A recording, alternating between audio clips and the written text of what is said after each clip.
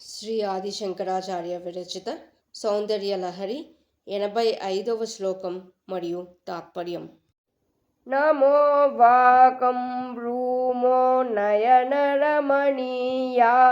పదయో తవాస్మై ద్వంద్వాయ స్ఫుటరుచిరసాలక్తకవతే అసూయత్యత్యంతం యదభిహననాయ స్పృహయతే పశూనామీశానః ప్రమదవనకంగేలితరవే. నయనాలకు రమణీయమైన నీ పాదాలకు నమస్సులు పలుకుతున్నాము.